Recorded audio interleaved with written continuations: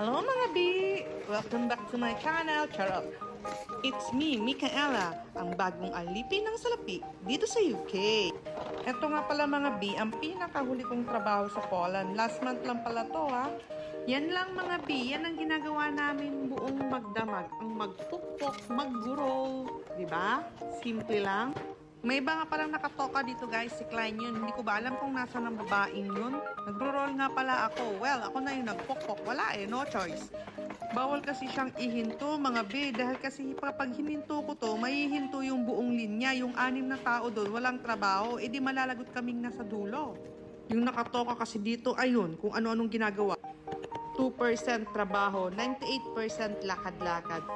Ganyan kami pag nagsama kaming dalawa.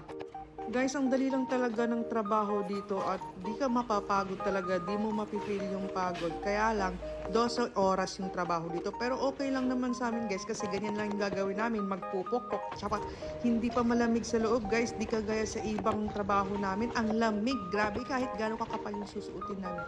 Sobrang lamig pa rin talaga.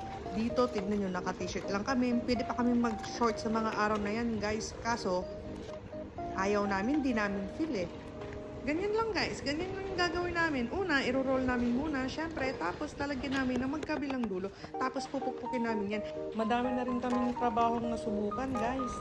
Siguro sa 2 buwan, nakatatlong kumpanya kami. So, ayun na nga. Kailangan guys, mahinahon lang yung pagpupukpuk mo ha, kasi mababasag mo sa gilid yan. At kapag nabasag, isasoli sa'yo, babalik sa'yo, panibagong trabaho na naman. Ayan guys, so kita niyo yan. Ito yung nasa conveyor kami. Ganyan lang yung ginagawa namin. Nagpupukpuk lang kami. O, diba? Nakakaantok yung trabaho na yan. Mechanism nga pala ang tawag niyan sa amin guys. Tatapusin lang namin yung 12 oras namin dito sa pagpupukpuk. Ayan, panay pa kami tawanan. Panay pa kami kulitan, diba? Mga Bisaya nga pala yung mga kasama ko yan guys. Kaya kabiruan ko ang mga yan. Tapos nga pala dyan guys, yung sa likod namin gusto makipagpalitan dahil mag-isa lang daw siya doon, naiinip daw siya, wala daw siyang kausap. Eh kaso walang may isa sa amin na pumayag na makipagpalitan, mas gusto namin dito, 3 kaming nagbibiruan. Hindi nga kami nakakapagtrabaho ng maayos, panay kami chika. Isa pa yung nakakaantok na trabaho yung nasa likod guys, magpuputol ka lang ng, ano bang tawag nun, yung nilalagay sa blinds, ganun lang, puputulin mo lang. Basta guys, yung trabaho dito nakakaantok, petik siya, hindi siya katulad ng ibang trabaho sa Poland. Sayang nga lang at nagbawas sila dahil wala na daw order, tsaka pa-winter na rin kasi guys. Pag winter nyo, alam nyo naman kapag winter, wala na masyadong trabaho sa Poland, nagtatanggalan, kaya yung iba nakabakante laang. Marami naman talagang trabaho dito, ikaw na lang talagang magsasawang maghanap. Nanggaling na rin pala kami ng Intercars, kaso 2 linggo lang kami doon, hehe. Pero kapag sa pagkain naman, katulad ng frozen, madalang lang silang magtanggalan dyan kapag ka-winter. Nasa iyo na lang talaga kung kaya mo yung trabaho at yung mga katrabaho mo. Sa paghanap niyo pala ng trabaho, mag-ingat kayo sa coordinator ha. Dahil ultimo kapwa mo Pilipino, lolokohin ka. Magkapera lang. Hindi ko naman nila lahat, kaso karamihan nga, ganon, kumakapit sila sa patalim. Katulad nung isang Pinoy na nakausap namin yung coordinator, sabi dadalhin daw kami sa factory ng chicken. Yun pala, sa factory ng mga bibi. Magbabalat pakla kami ng mga bibi guys. Sa 6 na buwan kong nagstay sa Poland kasi nasa ibang parte ako ng Europe guys nakakailang trabaho na ako, hindi ako nagtatagal. Ay kami pala, nakaka2 linggo lang kami, 3 linggo, hindi kami umaabot ng 1 buwan dahil sa trabaho. At syempre dahil sa ibang toxic na Pilipino. Alam nyo ba guys, nung unang trabaho ko dito, ang nagpatanggal sa amin, kapwa naming Pilipino, gusto yatang umangat. Ayun, tinanggal kaming 2 ni Bakla.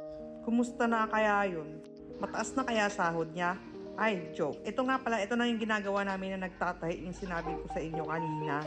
Tinatahi namin ng magkabilang dulo. Kami nga pala ni Klein yan guys. Actually, 2 yung machine dyan. Nandun yung isang machine sa kabila.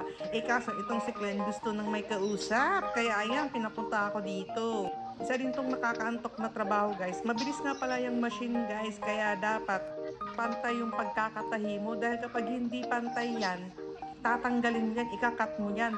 Tsaka mag-iiba na yung size niyan. At kapag nakita ng team leader niyan, makaka-award na naman kami. So, kailangan pantay na pantay ang pagkakatahi mo niyan.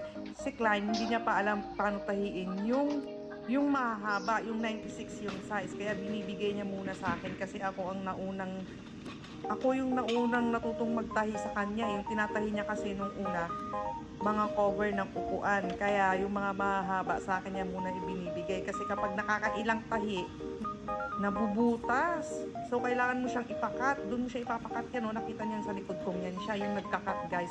So, ito na nga, guys. Papakita ko sa inyo kung paano mag-roll. Yan ang ginagawa namin. Niro-roll namin yung blinds. Actually, guys, hindi din ako assign dito. Ay, dito nga pala ako na-assign kami. Dalawa ni Chelsea. Yan. Yang isang yan. Siya palagi yung nasa roll. Dito kasi sa blinds na to, baruna ang tawag nito sa amin. Dapat dalawa yung roller niyan. Hindi pwede yung isa lang. Madamihan kasi yung order nito. Ang quota namin everyday is 1,220 in 12 hours. 120 kada oras, guys. So, kailangan ma-reach namin yung quota dahil pag hindi, makaka-award na naman kami. Papasok na naman bad trip yung team leader namin. Kaso wala yung team leader namin dyan. Kaya kami kalokohan.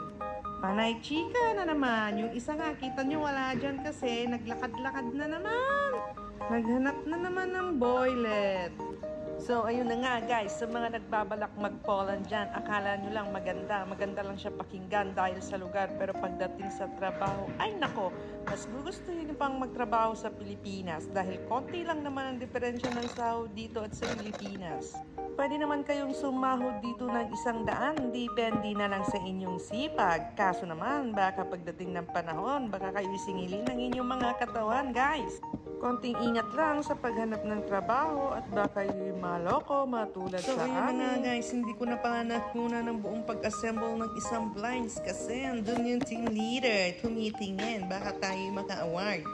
So, ito na nga guys, ang pinakahuli kong trabaho dito sa Poland at mamimiss ko talaga tong Poland na to kasi ito ang bumuo sa akin. Guys, last day ko na palayaan kaya ayan, panay video na ako. So, yun lang muna guys. Hanggang sa susunod, paalam!